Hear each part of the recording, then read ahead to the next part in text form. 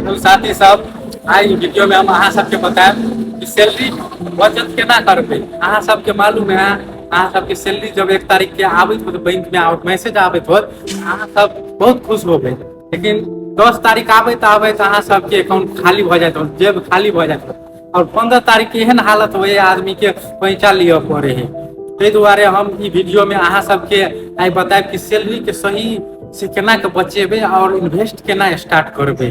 तो चलू ई वीडियो में हम अहाँ सबके बताबै छी। तो अहाँ सबके सबसे पहले 3 गो चीज याद करू, ई रूल एगो याद करू 50-30-20 50-30-20 रूल्स। मतलब 50% सैलरी के अहाँ खाए पिए में, घर के भाड़ा, बिजली भाड़ा ई सब में अहाँ खर्चा कर सकै छी और जे 30% है वो 30% अपन इच्छा में खर्चा करू।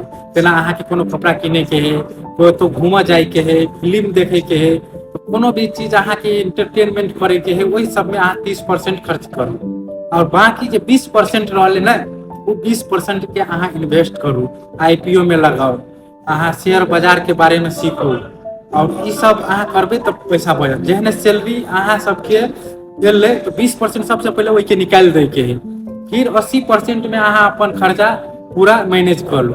एना करबे अहाँ सब ने तो कुछ साल में, कुछ महीना, कुछ साल बाद अहाँ सब एगो सेविंग अकाउंट में एगो बेसी पैसा मतलब रहत।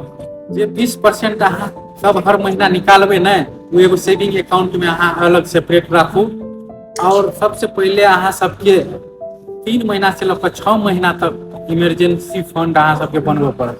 इमरजेंसी फंड बनाबे के लागी कोनो भी मतलब कहियो भी जरूरत पड़ सके, आदमी के नौकरी जा सके है, जॉब जा सके, इमरजेंसी आबि सके है, ये जे पैसा जे रखल रहत अहाँ ल 3 से 6 महीना के वो काम है। ओई के बाद अहाँ सब IPO सब में, शेयर बाजार सब में इन्वेस्ट करू।